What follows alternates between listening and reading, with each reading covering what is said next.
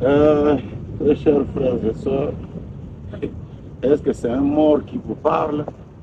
Est-ce qu'il est sorti de la tombe pour vous parler? Parce que des frères ont perdu la paix et la tranquillité. On leur a dit que le pasteur du Faubourg est décédé, il est mort. Ici, je vous prends simplement à témoin. Je vous prends témoin, est-ce qu'un frère peut être haï jusqu'à ce point où on le tue tous les jours? Avant de mettre le poison, on publie. Un serviteur de Dieu dans le message va mourir bientôt.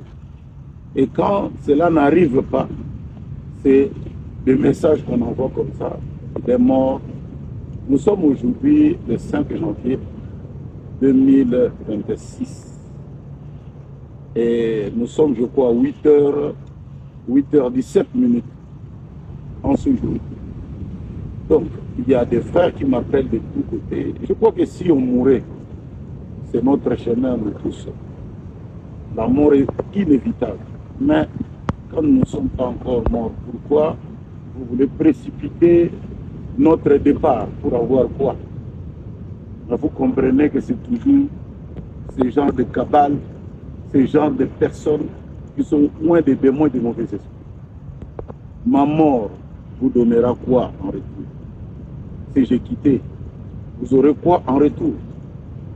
Et au-delà de cela, c'est tellement diabolique que quelqu'un qui m'a vu hier à l'église, j'ai parlé, il m'a vu vivant, en bonne santé, mais tout d'un coup, quand une nouvelle comme ça vient, il commence à douter.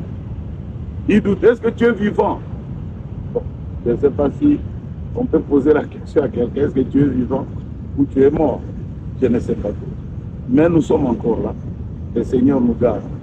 Ou soit, ces gens-là veulent vraiment de notre mort, ils mettent le poison, vous survivez et ils envoient maintenant de nouvelles. Comme ça, de partout, les gens n'ont pas la paix. Mais il y aura d'autres personnes qui peuvent même faire des crises, qui peuvent mourir, parce qu'ils aiment leurs frères. Bon, moi-même, le téléphone et tout ça peut même te créer aussi des psychoses.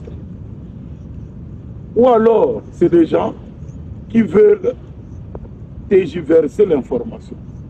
Parce que nous, on s'attend à ce qu'il y ait des explications. Il y a des prophéties qui ont été données. Nous voulons savoir qu'est-ce qu'il en est de ces prophéties qui ne se sont pas accomplies. Mais du coup, il faut qu'il est décédé. Il n'est pas de ma famille, il n'est pas de mon église, on ne sait d'où il sort. Et ça parle comme ça et ça se relie. Comme c'est diabolique. Donc même la vraie information, quand vous la donnez, les gens ne vous croient pas.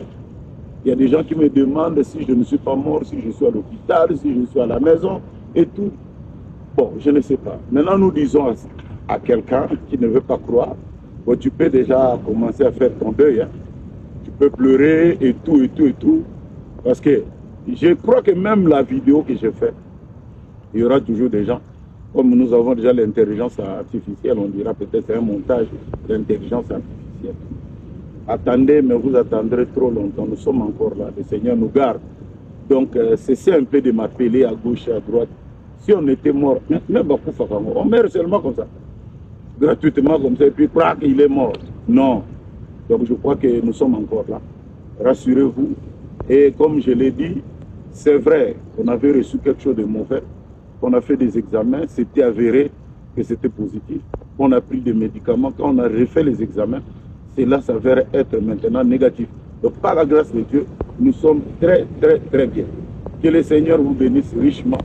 Pour ceux-là qui nous aiment, qui prient pour nous, un très, très grand shalom. Je n'ai jamais vu un homme qui passe près de la croix et reste le même.